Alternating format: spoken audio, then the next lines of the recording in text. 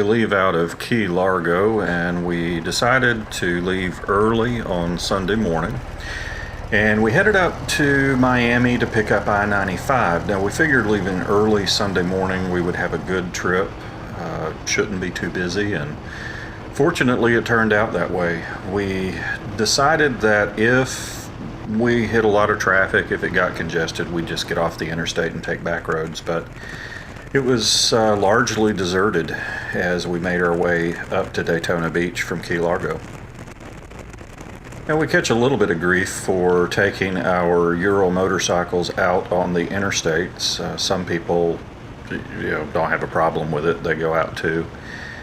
And some people are just in shock that you take a Ural out on the interstate, and I've got another video about that. But we really don't have any problem with the rigs. We stay in the right-hand lane for the most part, and we keep our speed between 55 and 60, and we try to get on the interstates when we're out and away from areas, with the backup plan always being to get off and take the back roads if it gets to be just an unbearable situation.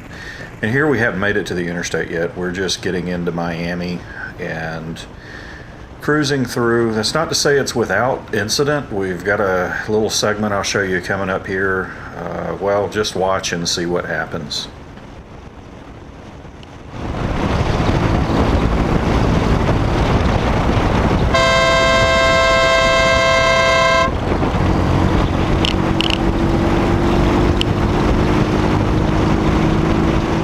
Yes, I like my air horn. It got his attention. He moved back over and got out of the way, but he just got on the interstate, didn't look, didn't use blinkers or signals, and moved over. And we finally did make it to I-95. Here we are getting on, and I'll just let you enjoy the ride with some music.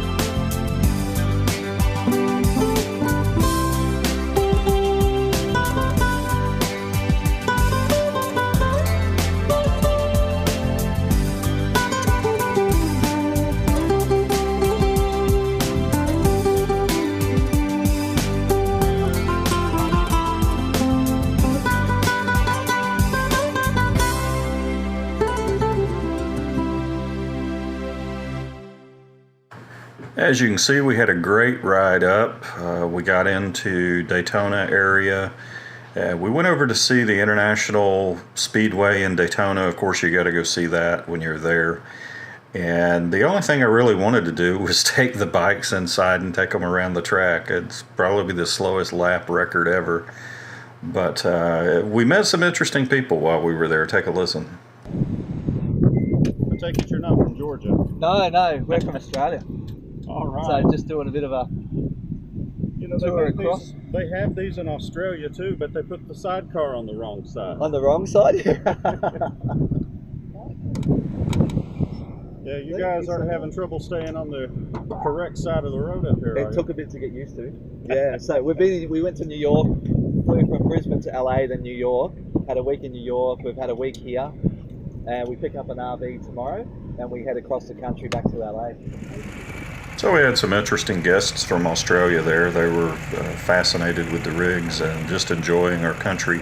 Quite an adventurous trip for them. And being our first day in Daytona, we decided to head over to Boondocks and have dinner, and then head back to the hotel and do our laundry. But here we are at Boondocks. We didn't get any pictures of it. Even though I took pictures, I can't find them. You sit right next to the water and you can feed the fish with your leftovers from dinner, or firstovers, I guess. We were feeding them anyway. But like I said, we headed back to the hotel and we got our laundry done. So this was kind of a maintenance stop as much as anything else. And the next trip we go out on the beach, and you'll learn that you should not take a single rear wheel drive motorcycle rig Ural out on the beach.